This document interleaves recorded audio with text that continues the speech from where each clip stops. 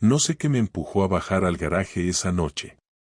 No iba a salir, no había olvidado nada en el coche, y no necesitaba aire. Fue instinto. Algo raro, una sensación en el pecho, como cuando sabes que algo está pasando justo fuera del plano de tu vista. Bajé en chanclas, con el pijama puesto y el jersey por encima. Eran casi las 11:30 de la noche, un jueves cualquiera. El tipo de jueves en que tu vida da un giro y no lo sabes hasta que estás metido hasta el cuello. La puerta del garaje estaba entreabierta. No me dio por pensar mal, solo me pareció raro. La luz estaba encendida, eso sí, y se escuchaba un murmullo bajo. Pensé que Laura habría bajado por algo, pero al acercarme vi dos sombras proyectadas contra la pared del fondo. Dos. No una. No grité. No hice ruido. Solo me quedé de pie, escuchando. Lo que oí no lo voy a describir con detalle porque, sinceramente, ni quiero recordarlo. Pero lo suficiente como para entender que mi mujer no estaba sola. Y que lo que hacían no era revisar la presión de los neumáticos. Tardé como 3 segundos en asimilarlo. Luego me di la vuelta y subí como si nada. Me metí en la cocina, abrí una cerveza, y me la bebí del tirón. No por rabia. Por shock. Porque cuando llevas 8 años compartiendo casa, cama y futuro con alguien, no te imaginas que una noche cualquiera bajes al garaje y encuentres a un desconocido literalmente con los pantalones bajados, junto a la mujer que hasta esa misma mañana te había dicho nos vemos luego, cariño. No les dije nada esa noche. Cuando Laura volvió, me soltó una excusa cutre de que había salido a tirar la basura y se había entretenido buscando una caja. Asentí. Le pregunté si quería un té. Dijo que no. Se metió a la cama como si nada. Y yo me quedé en el sofá, viendo una pantalla apagada. Ese fue el principio. No un mensaje, no una llamada, no un cambio en su actitud. Fue una escena cruda, directa, que me agarró del cuello y me obligó a ver la realidad. Mi mujer me estaba poniendo los cuernos. En nuestro garaje. En mi puta casa. Y eso solo fue el primer paso. Esa noche no dormí ni un minuto y no porque estuviera pensando en escenas de película ni inventándome teorías absurdas, sino porque tenía una sensación fija en la cabeza, como cuando sabes que tu vida acaba de cambiar y ya no hay manera de volver a lo de antes. Me quedé sentado en el sofá con la tele apagada y sin ganas de moverme, escuchando cada ruido de la casa como si quisiera encontrar más pistas aunque ya tuviera la única que necesitaba. Lo peor no era lo que había visto en el garaje, sino lo que vino después, cuando ella subió las escaleras tranquilamente, apagó la luz del pasillo y cruzó delante de mí para irse a la cama como si hubiera comprado pan y no hubiera hecho nada fuera de lo normal. No me miró raro, no noté nerviosismo y eso me hizo pensar que tal vez lo había hecho más veces. Porque una cosa es ocultar algo una vez y otra muy distinta es moverte con tranquilidad sabiendo perfectamente que has hecho hace apenas 10 minutos.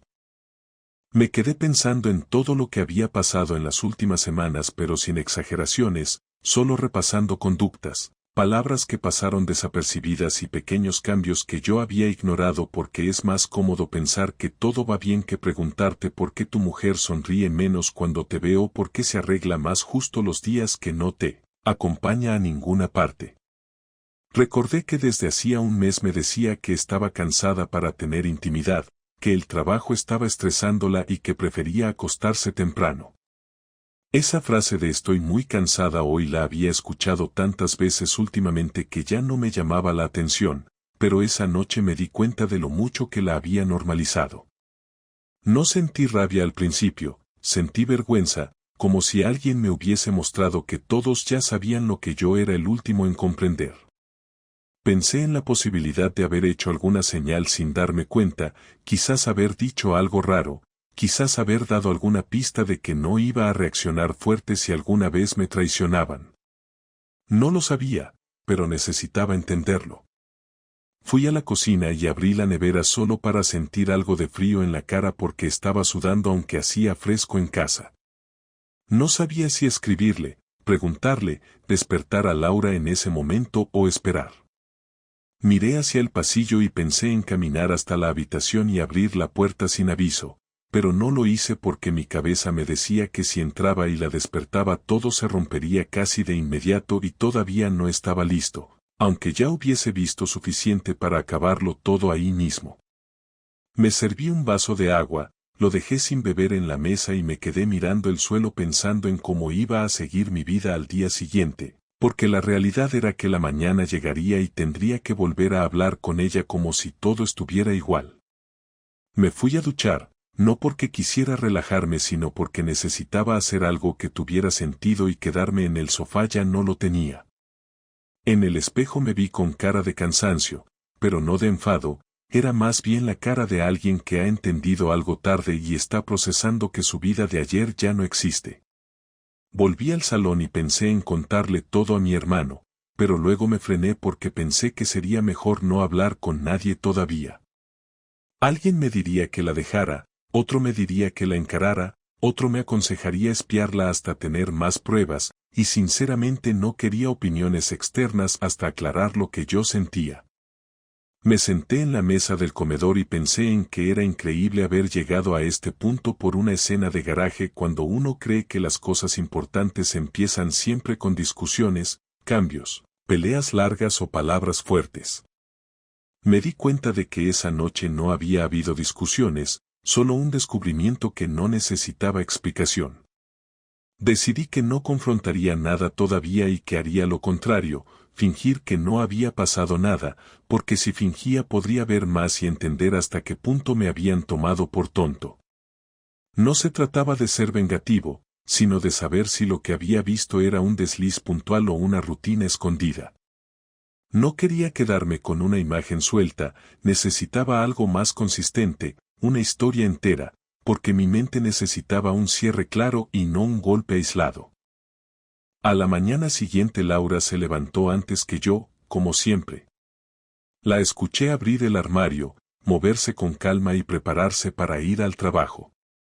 Fui a la cocina fingiendo haber dormido, la saludé con normalidad y ella respondió igual que cualquier día. Se tomó un café rápido, me preguntó si tenía plan para el viernes porque su jefe había mencionado una cena de equipo y yo respondí que sí, que tenía cosas que hacer, sin inventarme nada, porque en ese momento decidí que no iba a fabricar excusas ni mentiras para seguirle el juego, sino a darle espacio para que siguiera la suya. Mientras hablábamos, yo intentaba observar si tenía gestos extraños, si me miraba diferente, si su cuerpo parecía inquieto, pero estaba normal, demasiado normal, y eso me hizo pensar que quizás llevaba mucho tiempo haciéndolo y que su actuación estaba muy ensayada. Cuando se fue, me quedé en casa y miré el garaje desde la ventana del salón como si esperara ver algo aún. No vi nada, pero me quedé con la imagen del coche aparcado y la puerta casi cerrada, igual que anoche. Pensé en seguirla después del trabajo, pero descarté la idea porque no quería parecer un detective desesperado. Prefería observar desde cerca, sin alarmas. Así que cambié mi actitud esa semana, empecé a ser más amable, a preguntarle cosas del trabajo sin presionar, a cocinar yo algunas noches y a mostrar interés, no por amor, sino para ver si se sentía cómoda conmigo o si mi presencia le molestaba porque le interrumpía otra vida. Hubo un momento en que sentí miedo de que ella notara algo raro en mí, así que decidí actuar con absoluta normalidad, lo más natural posible. A veces me costaba contenerme, sobre todo cuando la veía reírse sola con el móvil mientras cocinábamos. No le pregunté con quién hablaba y ella no me dio explicaciones. El sábado decidí probar algo que antes hacía mucho, invitarla a salir a comer fuera, como cuando empezábamos. Me dijo que sí, sin poner excusas, y eso me desconcertó porque pensé que tal vez ya sabía que la había visto y estaba intentando suavizar la situación. Fuimos a un restaurante en el centro de Valencia y durante la comida estuvimos hablando de temas superficiales. Yo la observaba mucho, no para analizarla como si fuera un experimento, sino para ver si encontraba algo diferente en su forma de mirarme. No lo encontré, pero sí noté que hablaba más que en los últimos meses, como si quisiera recuperar cierta normalidad. Fingí estar cómodo y sonreí casi todo el rato. Era curioso sentir que estaba actuando sin sentirme actor. Me di cuenta de que yo mismo también tenía control sobre lo que mostraba y eso me dio cierta tranquilidad, porque al menos tenía algo que ella no sabía. Cuando terminamos de comer propuso ir a ver una exposición en el centro cultural, algo que antes nos gustaba mucho. No lo esperaba. Acepté y a lo largo del recorrido sentí momentos en los que todo parecía haber vuelto a ser como antes. Hubo incluso un instante en que me pregunté si realmente había pasado lo del garaje o si mi mente lo había exagerado, pero inmediatamente recordé el sonido que escuché y recuperé el equilibrio. Pensé que ese era el problema de muchas personas, que a veces preferimos creer que no hemos visto algo para no tener que cambiar nuestra vida. No quería ser así. Esa noche, cuando volvimos a casa, me dijo que estaba cansada y se fue a la habitación antes que yo. Cerró la puerta sin darle importancia y yo me quedé en el salón pensando en que esa calma suya era demasiado perfecta. Me sentí preparado para avanzar. No para confrontarla aún, sino para tirar un poco más del hilo. Me fui a dormir tarde, sabiendo que el día siguiente empezaría una nueva etapa, la de descubrir hasta dónde llegaba la mentira. Y no tenía miedo. Tenía curiosidad. El domingo por la mañana me levanté decidido a dar un paso más, no para hacer un escándalo sino para entender con claridad quién era realmente la persona con la que había compartido 8 años de mi vida. Ya no tenía miedo ni confusión, ahora tenía una especie de enfoque distinto, como cuando uno deja de evitar un problema y empieza a planificar con calma cómo encararlo.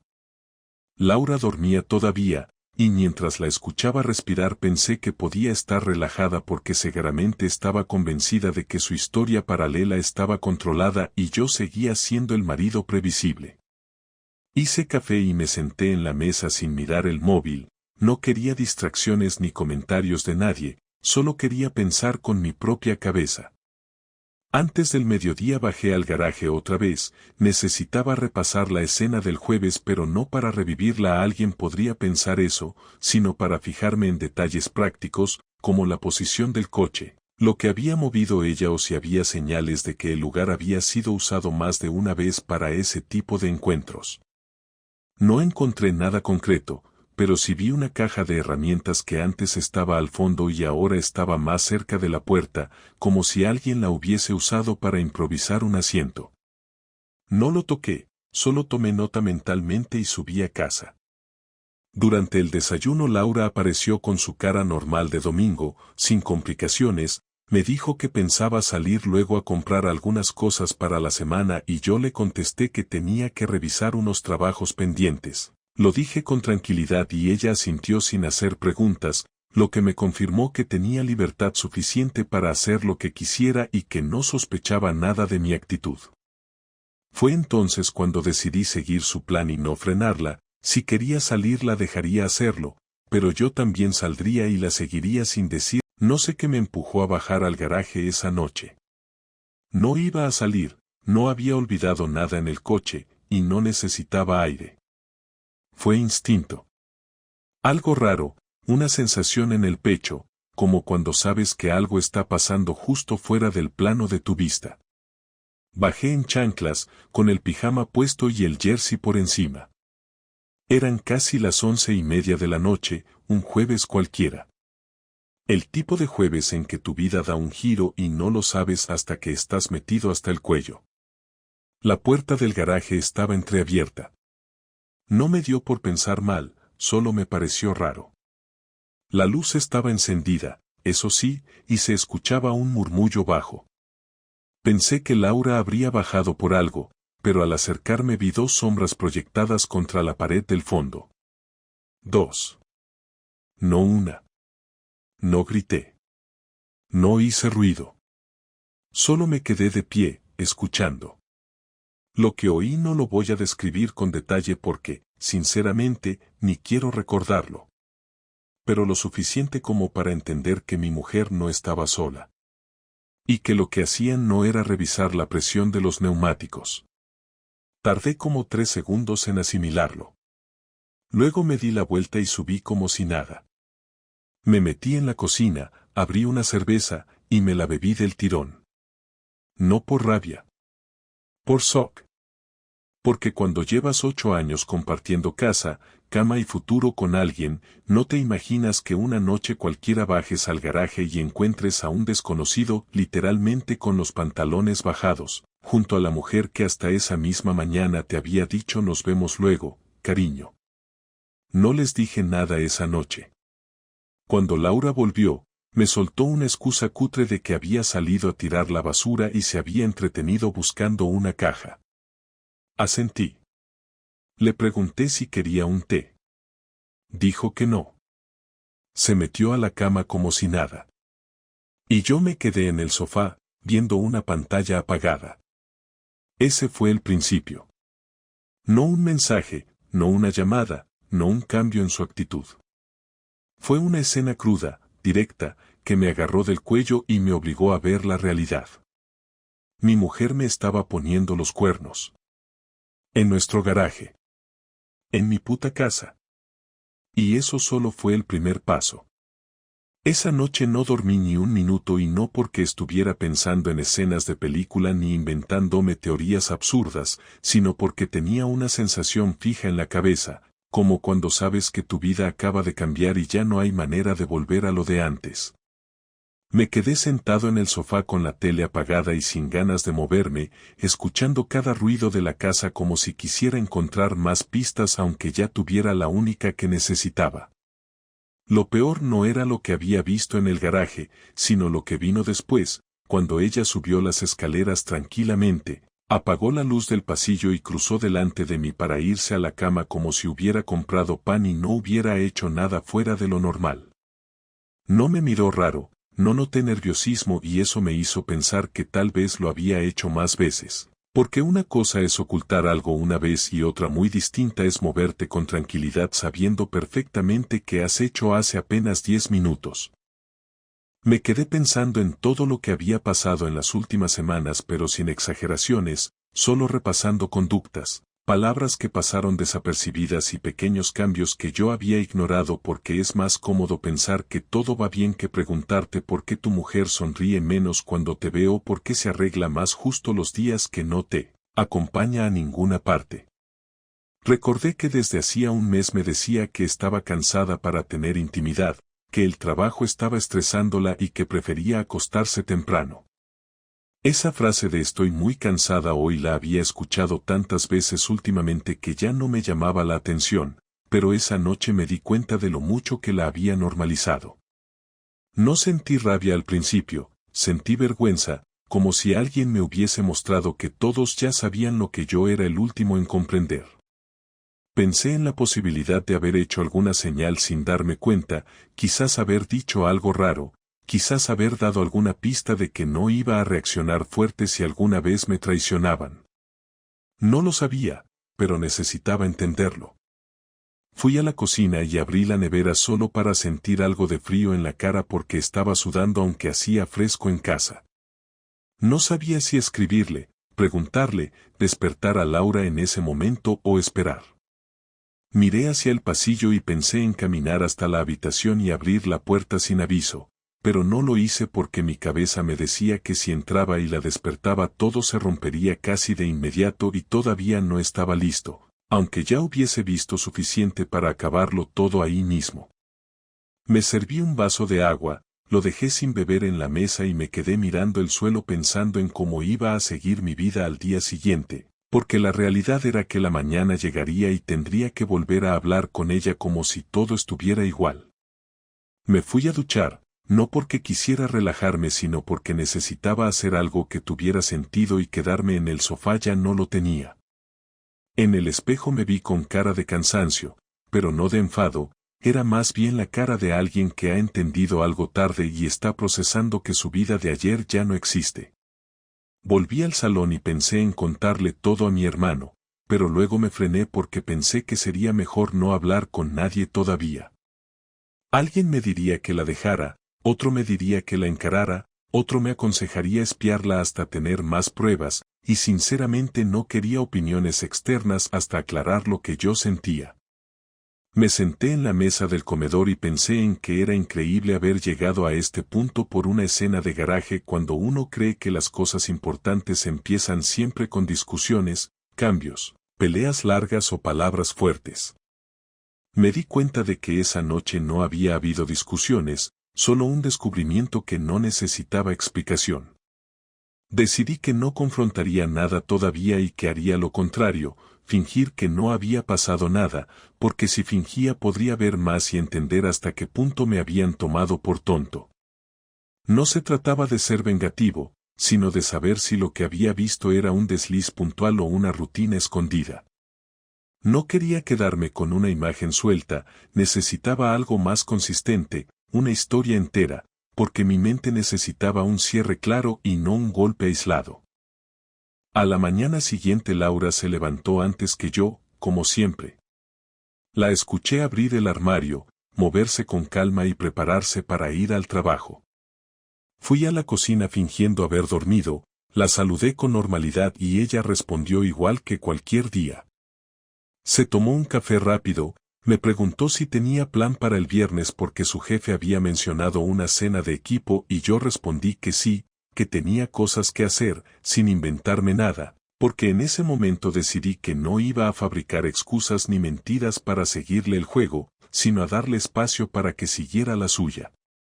Mientras hablábamos, yo intentaba observar si tenía gestos extraños, si me miraba diferente, si su cuerpo parecía inquieto, pero estaba normal, demasiado normal, y eso me hizo pensar que quizás llevaba mucho tiempo haciéndolo y que su actuación estaba muy ensayada.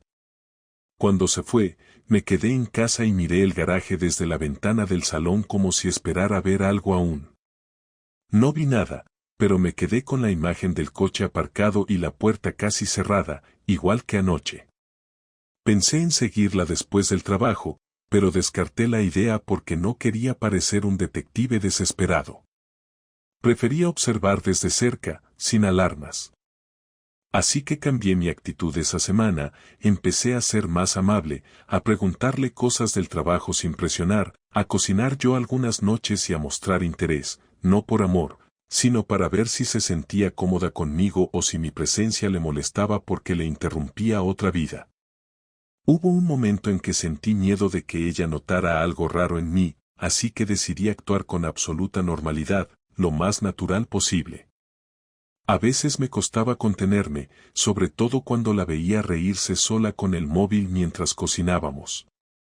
No le pregunté con quién hablaba y ella no me dio explicaciones. El sábado decidí probar algo que antes hacía mucho, invitarla a salir a comer fuera, como cuando empezábamos. Me dijo que sí, sin poner excusas, y eso me desconcertó porque pensé que tal vez ya sabía que la había visto y estaba intentando suavizar la situación. Fuimos a un restaurante en el centro de Valencia y durante la comida estuvimos hablando de temas superficiales.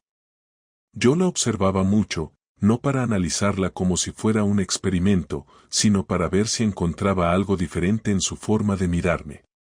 No lo encontré, pero sí noté que hablaba más que en los últimos meses, como si quisiera recuperar cierta normalidad. Fingí estar cómodo y sonreí casi todo el rato. Era curioso sentir que estaba actuando sin sentirme actor. Me di cuenta de que yo mismo también tenía control sobre lo que mostraba y eso me dio cierta tranquilidad, porque al menos tenía algo que ella no sabía. Cuando terminamos de comer propuso ir a ver una exposición en el centro cultural, algo que antes nos gustaba mucho. No lo esperaba. Acepté y a lo largo del recorrido sentí momentos en los que todo parecía haber vuelto a ser como antes.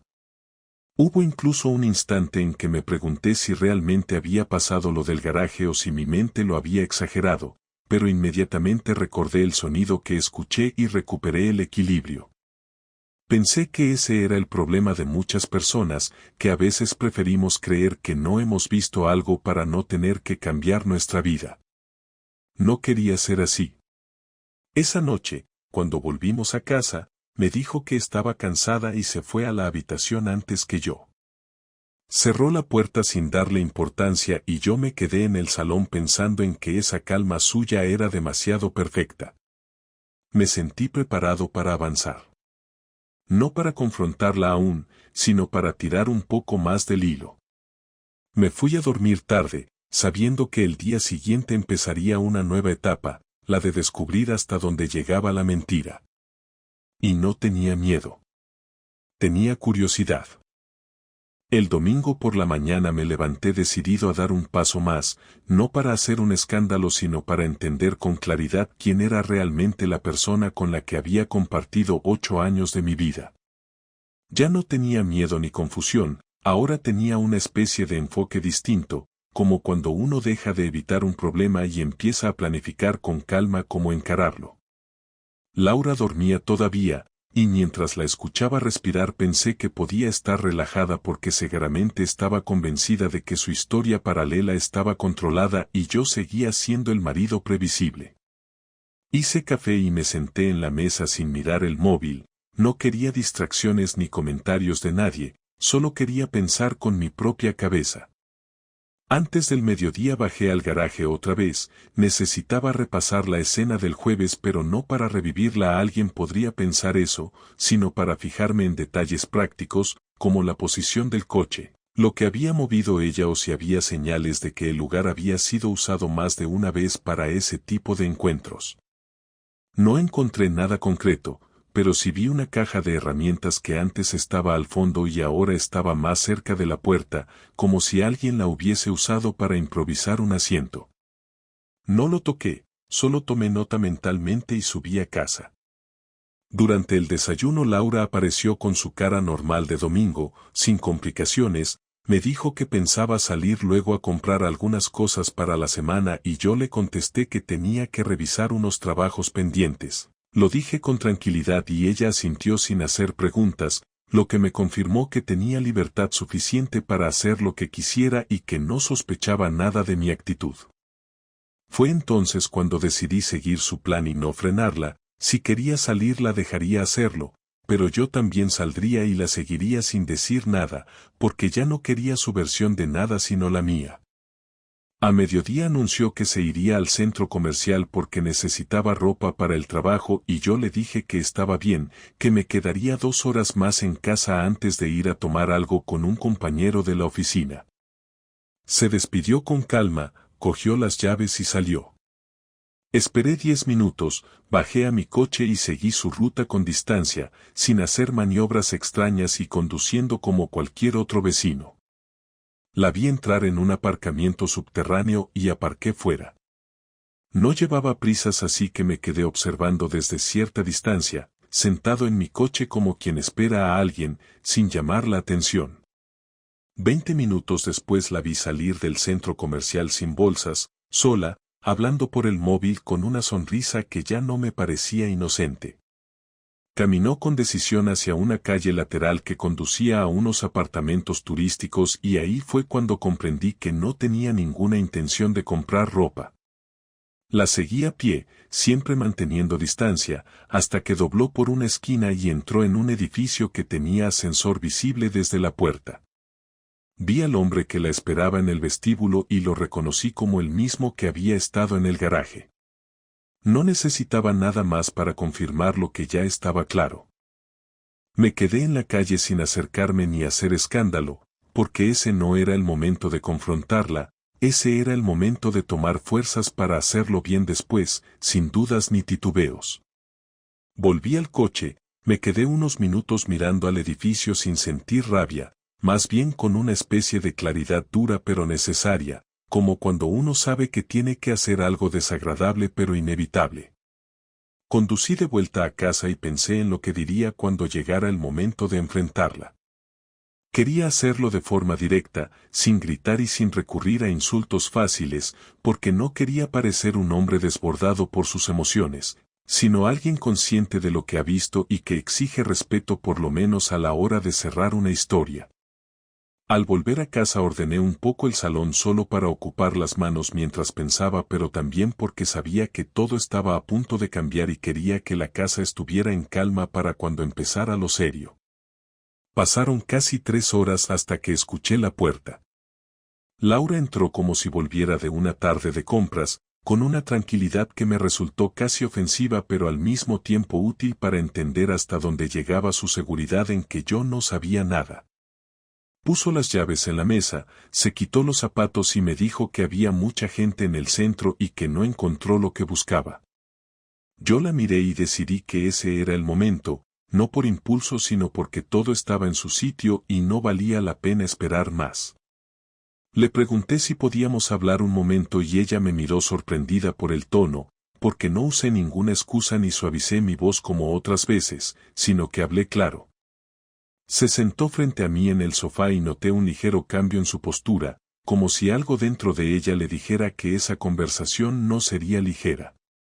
Le dije que quería que fuera sincera conmigo, que no me dijera frases vacías ni recurriera a explicaciones rápidas, que quería escuchar verdades completas. Ella frunció el ceño y me preguntó por qué decía eso.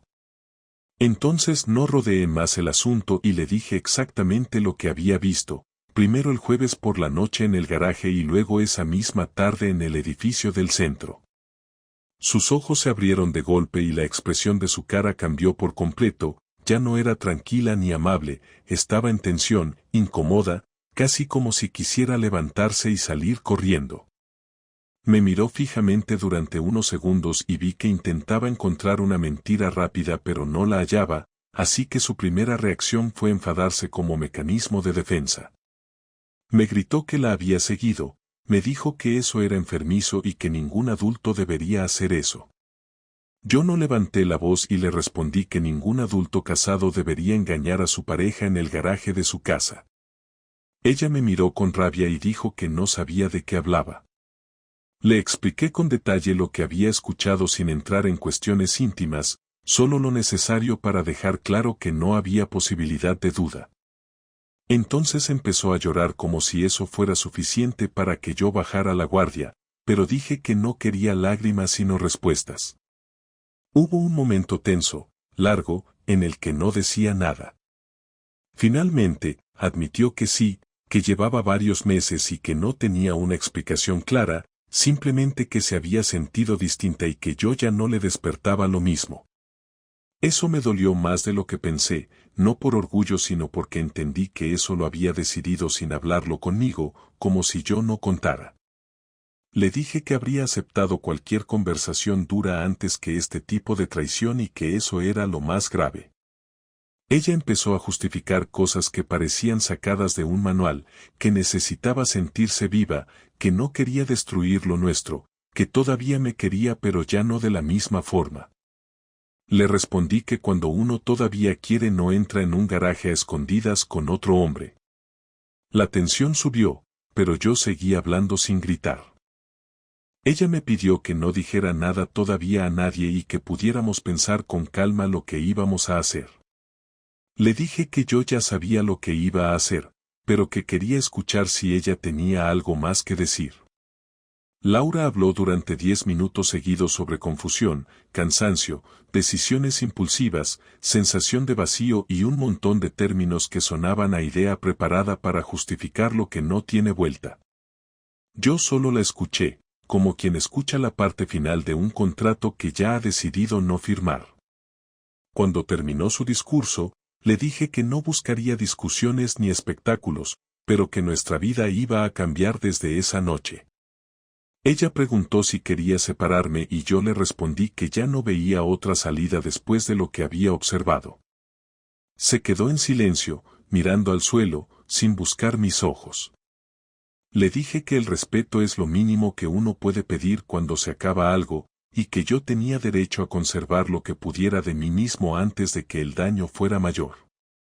Esa noche no gritamos ni rompimos cosas, pero fue la noche en que los dos entendimos que nuestra vida en común había terminado, aunque todavía no lo hubiéramos firmado.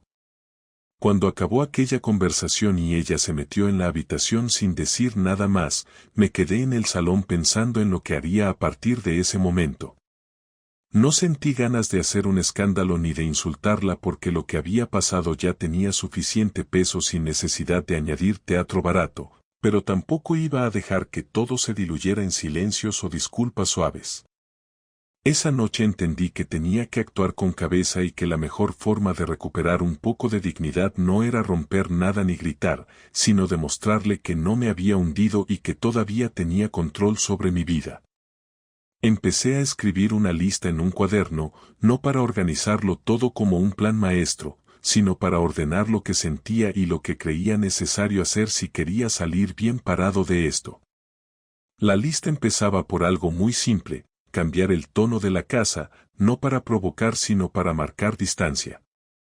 A partir del día siguiente iba a actuar como alguien que ya no comparte proyecto de vida con la persona que tiene al lado, alguien que ya no abre el corazón pero sí exige respeto. Pensé que mi forma de venganza tenía que ir en esa línea, no de golpearle su parte emocional, sino de quitarle el terreno cómodo en el que había vivido hasta ahora. Durante años fue ella quien decidía el ritmo de la casa, los planes, los horarios y la vida social. Yo solía adaptarme porque nunca me importó ceder en eso, pero ahora entendí que era hora de poner todo a mi nombre, no por control sino por justicia. A la mañana siguiente no esperé a que se levantara para hacer café como otras veces. Me vestí antes que ella, salí de casa sin hacer ruido y me fui a caminar por la playa aunque no tenía ninguna intención de relajarme, solo quería espacio. Volví a media mañana y, en vez de pasar el domingo juntos como hacíamos siempre, le dije que tenía planes para comer fuera con mi hermano. No me preguntó nada y me di cuenta de que ya sabía que el ambiente había cambiado por completo. Me fui a un restaurante pequeño cerca del puerto y mientras comía pensé en todo lo que podía hacer para no quedarme como el hombre engañado que espera explicaciones cada noche. Fue entonces cuando decidí que movería el dinero conjunto a una cuenta separada porque el piso lo había pagado mayormente yo y no quería arriesgarme a que ella intentara jugar lo del arrepentimiento solo para mantener su parte material intacta. No lo hice desde el despecho sino por seguridad. Esa tarde me reuní con un abogado conocido de la familia, le expliqué lo sucedido sin entrar en escenas íntimas. Simplemente le dije que tenía pruebas suficientes para solicitar separación legal por adulterio y que quería proteger mis ahorros mientras valoraba los pasos siguientes. Él me escuchó con seriedad y me dijo que legalmente tenía bases suficientes y quería actuar rápido. Me explicó que en España todo podía ir más limpio si no había hijos ni propiedades compartidas a medias y que en mi caso todo estaba casi alineado para resolverlo sin demasiadas complicaciones si yo actuaba a tiempo. Salí de su despacho con una sensación extraña porque no me sentía débil, pero tampoco me sentía fuerte, más bien me sentía centrado, como si por primera vez en semanas tuviera la cabeza despejada. Volví a casa al caer la tarde y cuando entré vi que había hecho la cena como si quisiera demostrar que seguía siendo parte de una rutina normal. Le dije que ya había comido fuera y que me iría a duchar, sin discutir ni entrar en detalles. En la ducha pensé algo que cambió todo el enfoque: no iba a esconder nada, pero tampoco iba a contarle mis movimientos. Ella había jugado un papel durante meses y ahora era mi turno de hacer lo mismo pero con un sentido real, no para engañar sino para protegerme. A partir del lunes todo cambió. Me levanté temprano, contesté correos de trabajo con más dedicación que nunca y decidí volver al gimnasio al que hacía meses no iba, porque una cosa estaba clara: no quería que mi estado físico reflejara mi estado emocional. Me apunté también a un curso de economía doméstica en un centro cultural porque necesitaba ocupar el tiempo libre con algo propio, aunque fuese ridículo que a mis casi 40 años estuviera aprendiendo a gestionar el presupuesto familiar como un soltero recién independizado. No lo hacía por necesidad real, lo hacía para recordarme que yo seguía construyendo mi vida aunque ella hubiese tirado por otro camino. Esa semana apenas hablamos más allá de lo básico y yo no insistí en ninguna conversación de pareja porque lo único que necesitaba aclarar estaba ya claro. El jueves siguiente vino lo que yo considero el primer golpe real de mi parte. Le dije que por la tarde habría una persona revisando la instalación eléctrica porque había pensado en hacer reformas en el garaje para convertirlo en taller personal, aunque el objetivo era otro. Ella preguntó por qué ahora y yo contesté que quería empezar a usar mi espacio y que necesitaba adecuarlo como a mí me diera la gana, especialmente ese garaje en el que ella había demostrado tener otras intenciones. No lo dije con sarcasmo ni con ironía, lo dije con seriedad y se notó en su cara que lo entendió perfectamente. Los cambios empezaron 2 días después. Contraté una empresa para limpiar y reorganizar el garaje, pintamos las paredes, movimos estanterías y retiré la caja que sospechaba que ella había usado como apoyo con su amante. Al ver a los trabajadores mover todo escuché desde la cocina un susurro suyo preguntándole si era necesario vaciarlo tanto y ellos le respondieron que el dueño había pedido dejar el espacio despejado para instalar herramientas. Le pedí que no interfiriera y que se centrara en sus asuntos. Ahí empezó a notar que la casa ya no era su zona segura. El sábado siguiente le dije que prefería dormir en el cuarto de invitados mientras reorganizábamos todo y que más adelante veríamos qué pasos tomar. No lo hice para castigarla físicamente ni emocionalmente, sino porque no tenía sentido compartir cama cuando el respeto se había roto y porque además necesitaba dormir tranquilo sin despertarme cada hora pensando en lo que había vivido en el garaje. Ella preguntó si quería que fuera a casa de su hermana una temporada y yo dije que no tenía intención de echarla, pero que cada uno debía asumir sus consecuencias. Ese fin de semana invité a mi hermano a ver el garaje renovado y a tomar unas cervezas allí mientras ella estaba en la cocina. Hablamos de fútbol y trabajo, pero lo importante no fue la conversación sino el tono, porque era la primera vez en meses que yo estaba relajado en casa y lo hacía en el espacio que antes había presenciado su traición. No hubo gritos ni reproches ese día, pero la diferencia de actitud quedó clara. A partir de esa noche dejó de usar el garaje y empezó a apartarse cuando yo bajaba. No tuve que insultarla ni recordarle lo que hizo porque el simple hecho de mostrar que seguía adelante ya era suficiente. Mi venganza no fue violenta ni espectacular, pero fue efectiva. Le quité la comodidad, el silencio, la sensación de control. Me moví con cabeza, protegí mi dinero, recuperé mi espacio y establecí distancia. No necesitaba destruirla, me bastaba con dejar claro que la historia no iba a terminar conmigo hundido, sino con ella sabiendo que yo no era el hombre que pensaba que podía manejar. A veces, lo más duro que se le puede hacer a alguien que te traicionó es mostrar que sigues vivo, presente y en control. Pasaron 2 semanas desde que reorganicé el garaje y marqué una línea clara dentro de la casa. Ella dejó de proponer salidas o cenas, ya no intentaba fingir que todo estaba bien, y aunque vivíamos bajo el mismo techo, no compartíamos más que la obligación de coexistir sin destruir lo poco que quedaba. Durante ese tiempo no mencioné una sola vez lo del amante, ni ella volvió a hablar del tema, lo que me confirmaba que su intención no era repararlo todo, sino simplemente esperar a que se calmara la tormenta para ver si podía mantener una posición cómoda, como si lo nuestro fuera una especie de habitación en la que podía entrar y salir cuando quisiera sin pagar las consecuencias. Yo, mientras tanto, seguí mi rutina con exactitud, gimnasio a primera hora, trabajo, alguna salida puntual con amigos, y por las noches me encerraba en el cuarto de invitados a leer o ver series con los auriculares puestos. No lo hacía para castigarla, sino porque no podía soportar compartir espacio emocional con alguien que ya había elegido cruzar una línea sin pensar en lo que eso suponía. Una noche de domingo, mientras recogía unos papeles del salón, la vi de pie frente a la ventana sin moverse, mirando hacia la calle como si esperara algo que no llegaba. No dije nada, pero sentí que quería hablar porque llevaba todo el día caminando por la casa como si estuviera a punto de decirme algo y no se atreviera. Terminé de ordenar los papeles, me senté en el sofá y encendí la tele sin volumen. Fue entonces cuando se giró y preguntó si podíamos hablar sin rodeos. No respondí enseguida porque no sabía si quería escuchar lo que tenía que decir o si era otra de esas charlas vacías que buscan repartir culpas sin asumir responsabilidades. Le dije que si iba a hablar, prefería que dijera lo que tuviera que decir sin rodeos, sin rodearse de frases tibias, que si iba a justificar algo, mejor no empezara. Ella tragó saliva, se sentó al otro extremo del sofá y durante unos segundos solo jugó con las manos, evitando mirarme a los ojos.